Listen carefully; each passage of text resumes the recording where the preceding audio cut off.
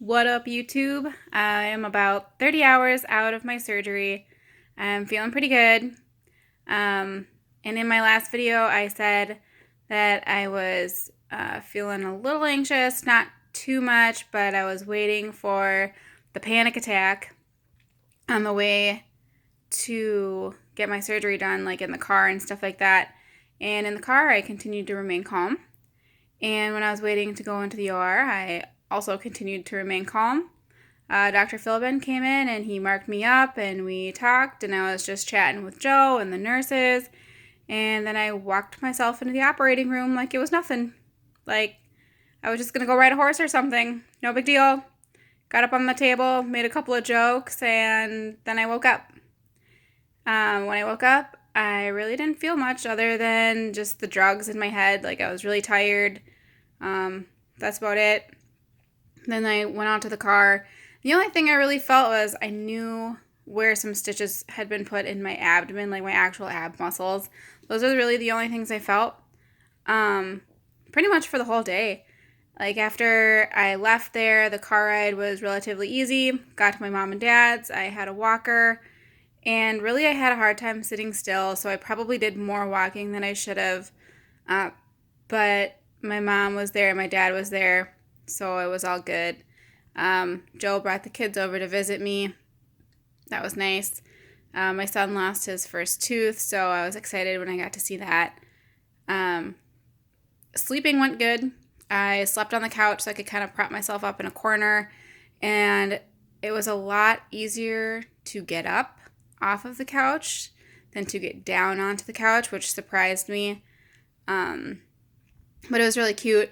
My dad is just the biggest lover in the world, I think.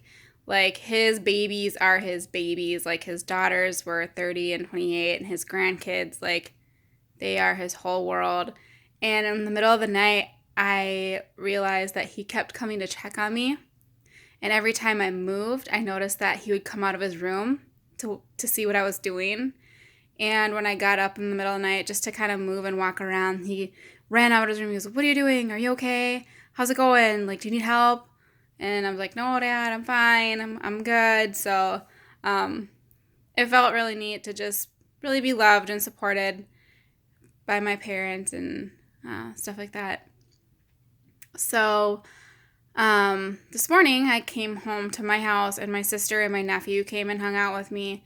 We just kind of chilled and watched movies. I didn't really need help, but they suggested that somebody stay with me for at least 24 hours, just in case. And since I had come home, I took out my catheter myself. That was a lot easier than I thought it was going to be and a lot less creepy than I thought it was going to be. It was relatively easy and pretty painless. I didn't really feel much.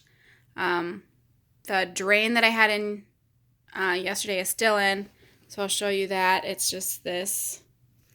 There's a little bit of blood in there. I actually haven't emptied it at all today, and it is attached to me through a hole in my hip. You can kind of see where there's like a little bit of leakage, but they said that thin people and people who don't get liposuction typically don't get a lot of the drainage. So that's not really a concern. When I talk to the nurse, I do not like I have to do this little like blow tube thing, and it just makes sure I'm not going to get pneumonia somehow. I'm not really sure how that's going, but my throat hurts really bad, so I don't like doing it. But my pain level is super low, and the only thing that really I'm struggling with is my back. So they zipped my abs up pretty tight, and they took what I think is a lot of skin off. So I'm hunched over, right? So the yoga teacher in me is dying because of my posture. I am walking around like a 100-year-old woman with a walker and totally hunchback, and it hurts so bad. And I'm not really allowed to use heat packs or anything like that. So yeah, that's really the only thing that's kind of sore. I can kind of feel a little bit of like the burning from where my stitches are, and it's really, I think I can feel the internal stitches, not really so much the external stitches. So that's kind of cool. I will get to see my doctor tomorrow, and he's going to kind of like unbandage everything and check everything over, make sure I look okay. I don't really know what else he's going to do, and I don't really know what else is going to happen from there. So I will keep everybody updated, and yeah, I'm excited to see him tomorrow.